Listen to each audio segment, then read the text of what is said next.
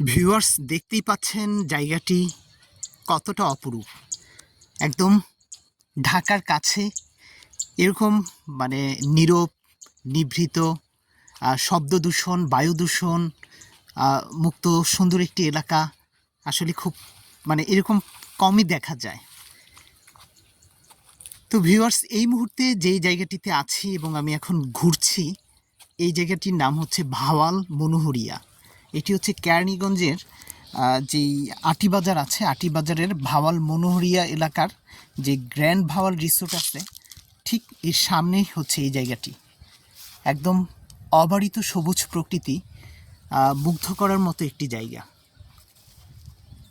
আমি মাঝে মধ্যে এদিকটায় ঘুরতে আসি, কারণ মানে প্রকৃতির যে নীরবতা আছে, ঢাকার কাছে এরকম মানে নীরব, নিভৃত, সুন্দর আবহাওয়া যুক্ত এরকম পরিবেশ খুব কম দেখা যায়। দেখতেই পাচ্ছেন একদম মানে চারপাশটা হচ্ছে সবুজে আবৃত একটা এলাকা।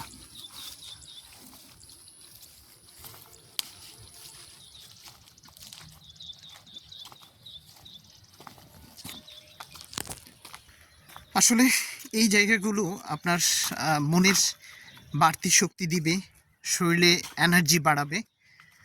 এরকম আসলে দূষণমুক্ত জায়গা ঢাকা শহরের ভেতরে খুব কমই পাওয়া যায়। আমি মাঝে মধ্যে চেষ্টা করি যে ঢাকার কাছে এরকম কোথায় সুন্দর জায়গা আছে আমি সেখানটায় ঘুরতে চলে যাই।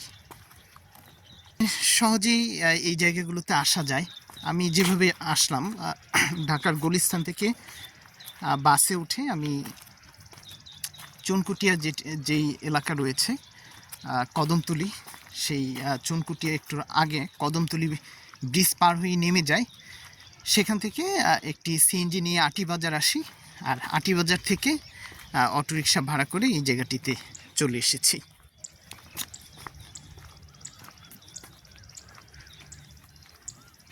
আসলে মাঝে মধ্যে একদম মানে ফ্রেশ বাতাসে যদি একটু নিঃশ্বাস নেওয়া যায়, তখন মনে হয় যে না, একটু ভালো লাগে, একটু স্বস্তি পাওয়া যায়। বর্তমানে হচ্ছে আমাদের মানে স্বস্তির জায়গা খুবই কম। এই এলাকাটি মানে একদম মানে ঘরবাড়ি কম, তো যার কারণে হচ্ছে এখনও ওইভাবে দূষিত হয়নি।